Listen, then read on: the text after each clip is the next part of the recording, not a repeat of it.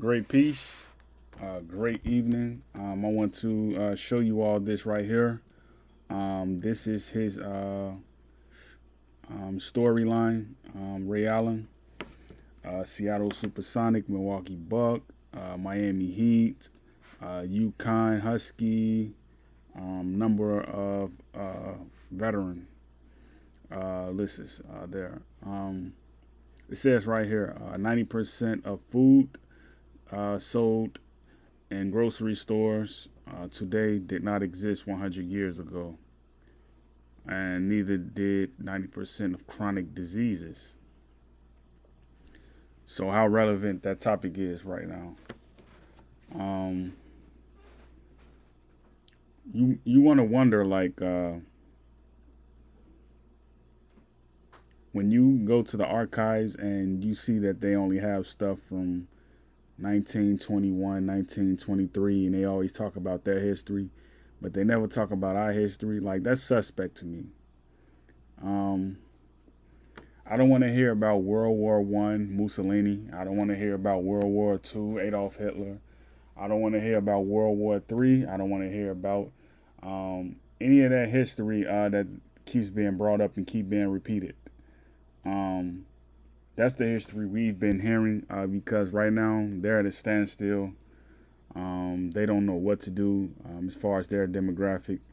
Um, so the history is slowly coming out as far as our history and how we used to live prior to um, illustrations and depictions and books that were kind of caught on by Texas publications because that was our book, Texas publication in Chicago. They would write our histories. So we saw the slave ship and all that. But when you look at this right here, man, he is right. Um, 90% of foods in grocery stores did not exist 100 years ago. The diseases either. I notice like when I eat fruit um, a day straight, 2 days straight, 3 days straight, I notice like my mood enhances. I notice like my libido increases. I notice like I want to have conversation with people more. I notice like it's just more comfortable being thin. I noticed that like I could remember like when I came back from Minnesota in 2016 when I was in Minnesota, like I was drinking like Jamaican beer, the vegan kind with the cane sugar. I was eating like um what is that called? The white grain rice with the lemon on it that come in a package. It's like an Indian rice, and I would eat it with like Jamaican curry chickpeas. So I would buy those together, mix them together, and eat them before I go to work every day. And that's what I would eat when I was in uh, St. Paul, Minnesota. And like when I was on the floor on the nursing home, I may get like a little light snack, a little grandma cookie or something like that, because the patients they never ate the cookies and stuff like that, so I will always get them. And so I'm like 140 pounds. So what I noticed like when I came back from Minnesota, I blew up because like I was depressed. Like I didn't have a job anymore. I didn't get to enjoy Minnesota like I wanted to anymore because I was gone. And like when I came back to Michigan, all I had to look forward to was like Blight in Detroit. So like there was nothing to do. Like I was just out of it. So I would order like cheese pizza, like watch movies and stuff like that. Like I just gave up, man. Like I didn't have hope to look to, and like I blew up, man. I was like 270. Now I'm at like 240 right now.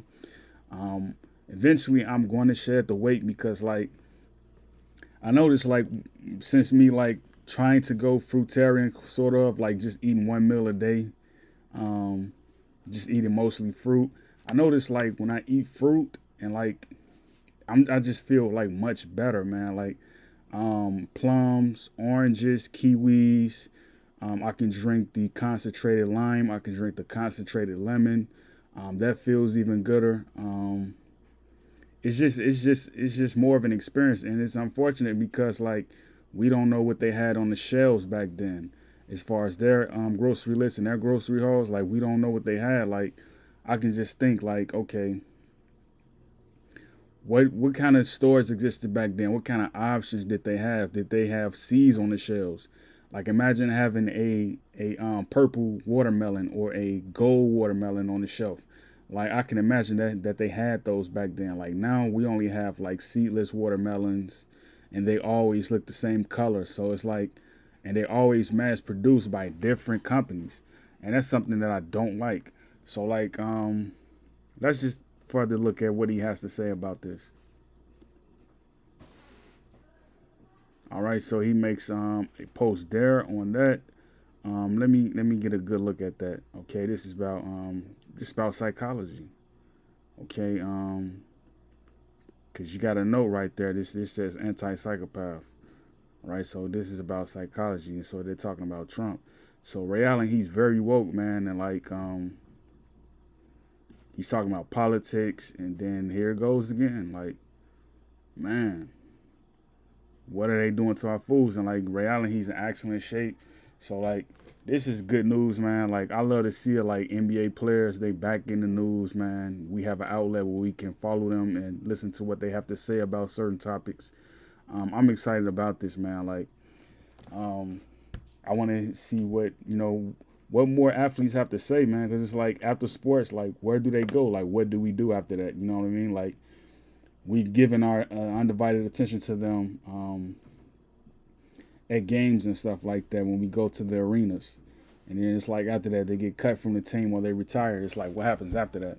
So like this is good news, man. Like we need to really look up on what we eat and what we buy and stuff like that. So that's good news, man. Like I'm excited about what we have to offer, man. So I'm gonna close out, and you all have a good one.